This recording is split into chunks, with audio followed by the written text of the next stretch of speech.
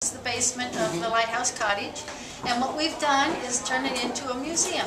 Okay. And the area we're standing in right now is our local maritime history portion, and we talk about Browns Point and Dash Point and the McDowell's Caledonia Beach Dock, all the old ships that used to come by here. Before 1922, there was no road. So this particular section talks about maritime history.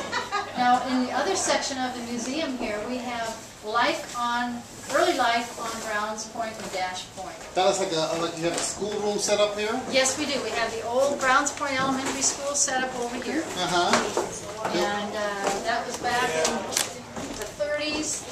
That school was there for many years. Where was the school?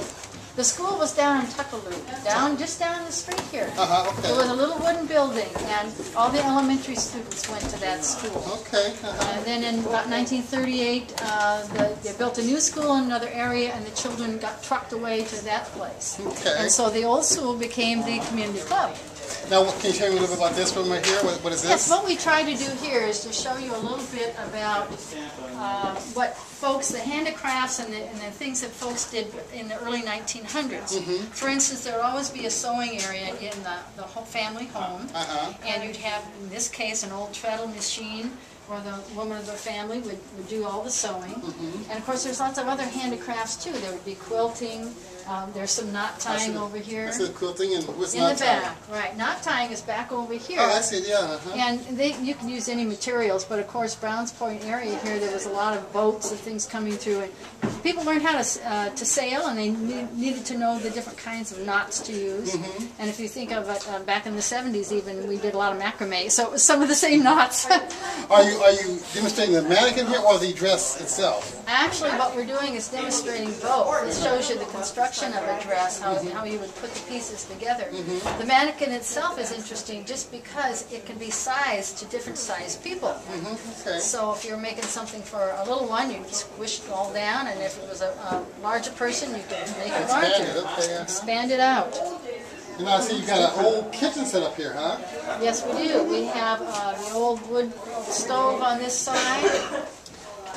We have a wood stove that was used for many years in the Browns Point area. In fact, in this cottage, we used to have one when they built the cottage. But of course, in the 1950s, they put a quote-unquote modern kitchen up there. So we decided to show what an old Browns Point kitchen looks like. And so we have the old wood stove. Then we go on to the kitchen queen area where a woman would have done all her baking. Exactly. All your baking would have been done there. Next to that, we have an old ice box. Yeah, that's when they used to deliver the ice, and you had to store it in the ice box itself to keep it cool, right? Absolutely. Right, the iceman would come, and he'd put the ice in there, and he'd come a couple times a week because that ice, of course, would melt out. Right, yeah. Okay. And so this would give you a feel for what the old Browns Point kitchen would look like. All that's Browns Point, and all those are water view homes. You can see they're pretty good size, and they all look out on the water, so they all have nice views out here. Turned out to be a beautiful day.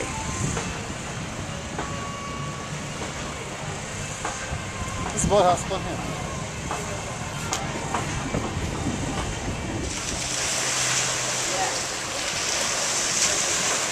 This used to house a bigger boat because we got the rails coming up in here.